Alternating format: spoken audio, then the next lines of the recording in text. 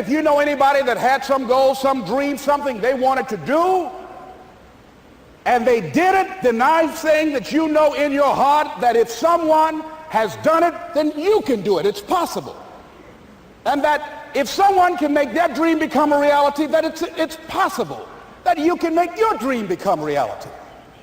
And so as you begin to look at where you want to go, beginning to embrace that, it's possible. I'm blessed and highly favored. I've got a lot going for me. I got some good stuff in me.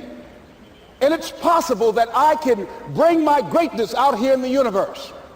That I can do what I want to do. It's possible I can write my own book. I can have my own business. I can take the trip and travel around the world. It's possible. I can bounce back from adversity and reinvent my life. It's possible. Regardless of where I am, the things can get better for me. It's possible. I'm thinking about two men right here in Chicago who were fairly successful, similar background, educated. They worked for a corporation for many years, and they were among many people that were laid off. Two guys who were very good friends. One went out looking for a job for several weeks along with the other one, and they faced disappointment and rejection again and again and again. They couldn't find any work, which is the story of many people across this country. One guy stopped. He became discouraged. He stopped going. He stayed home looking at television, became very argumentative and toxic with his wife, drinking beer, getting on the phone, talking to his other negative, unemployed friends. And he just gave up. The other guy kept looking for a job everywhere he could go. Every time he could get an opportunity, kept asking people, networking, checking the newspapers every day. Kept going everywhere he could, trying to find a job. You have too much education. You're overqualified. You won't be here long enough. He kept going. He kept going. He went to a place and said, look here, I tell you what, if you can't hire me, and I know you can use my talents, abilities, and skills, I don't want to sit home and do nothing. Just let me do some volunteer work. You don't have to give me anything, all right? I just want to work. I want to be busy. Guy said, okay, it's on you now, but don't expect me to give you anything. It's okay. This guy came in and worked. He was the first one there. The last one to leave was the best employee there. About 4 weeks later, one of the top managers quit. They were looking for a replacement. Guess who they selected? This other guy. This guy who was volunteering his time. He got the job. What was the difference between the two men? Eyesight and mindsight. Eyesight is judging on what you see, judging according to appearances. But mindsight is how you interpret what you see. One guy said, it's not possible, it's over, I'm finished. I can't do it. I can't make it. He surrendered. I've faced rejection again and again. I'm not going anymore. There are no jobs out there. But this other guy, he felt that in spite of the no's and rejections, in spite of how bad the economy is, in spite of what the newspapers are saying, that it's possible that somebody somewhere will give me a job. He just kept going, thinking it was possible. And guess what, ladies and gentlemen? That's what we have to do with our dreams. Because things happen to you in life that you can never, ever anticipate. And many times when those things happen, you want to give up. I remember when I was in broadcasting, when I was a disc jockey, I became very controversial, not only being a disc jockey, but I felt that radio was something that you not only entertain people with, but you also empower them, you educate them. And I got fired. I didn't just leave, they fired me. That was a shock. I said, wait a minute. They took my microphone. I thought that was who I was. No, ladies and gentlemen, it wasn't. I had to do something else. And I didn't know what else I could do. See, here's what I'm looking at. What are the uses for your life right now that you haven't even reached for yet? See, I believe that when you don't have enough encouragement to act on your dreams or ideas, or you're not enlightened enough, that life will act on you. See, life had moved on me and said, Les Brown, you have outgrown this. It's time for you to do something else.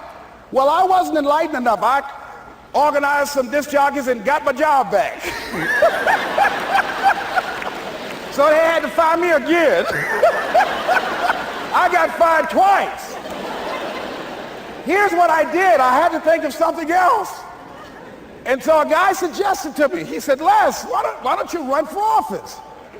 I said, man, I've never run for office. I've never known anything about how to operate in the political arena. I've heard encourage people to register to vote and get out to vote, but I don't know anything about politics. He said, well, neither do the people who run for office all the time.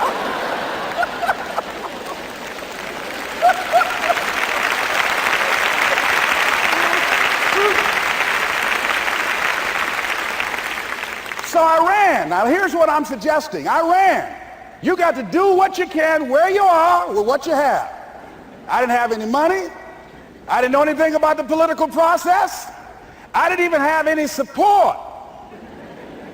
But here's what the guy told me. It's possible you could win. That's all I had. I was running against an endorsed candidate. He was an incumbent. He had the newspaper support, all of the leadership in the community, and I was challenging this guy. So I had a saying when I was on radio, stand up for what you believe in because you can fall for anything. And I would go door to door. I have my kids on one side of the street. I would be on the other, and I'd knock on doors. Hello, my name is Les Brown. Tell everybody I'm still standing. They get on the phone. Child, Les Brown was to my house today. You know the boy on the radio with the big mouth? Yeah, they fired him, honey. Say he's still standing. See, I'm saying just keep moving. Don't start feeling sorry for yourself. Don't spend time blaming and talking about what happened to you. See, whatever you talk about, that's what you multiply and expand in your life experience. So don't talk about stuff unless you want it to keep on happening to you, all right? So I got in that kind of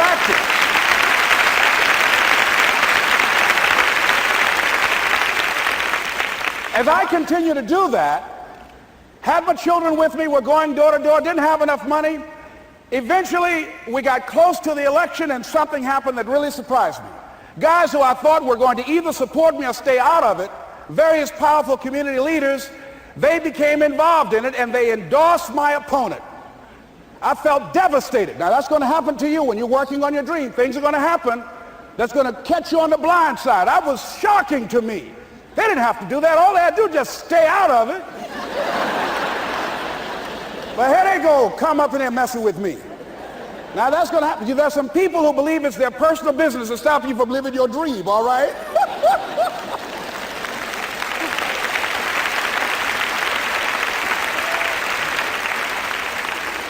But I didn't deal with that. You want to make your dream come true, you got to stay focused. Some people rather get even than get ahead. Stay focused on where you want to go.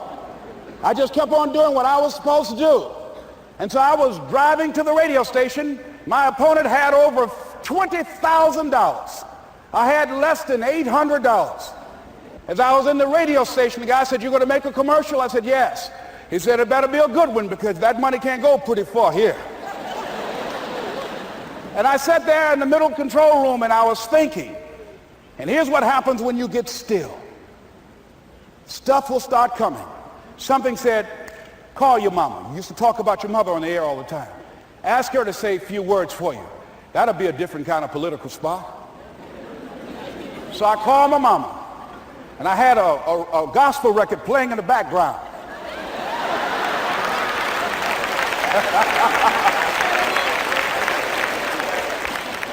And then I had my mother say, "Hello, this is Mrs. Mamie Brown. When I raised my sons, I raised them to be good children. When they got out of hand, I beat their behind and made them go right. Please vote for my son. He's a good boy."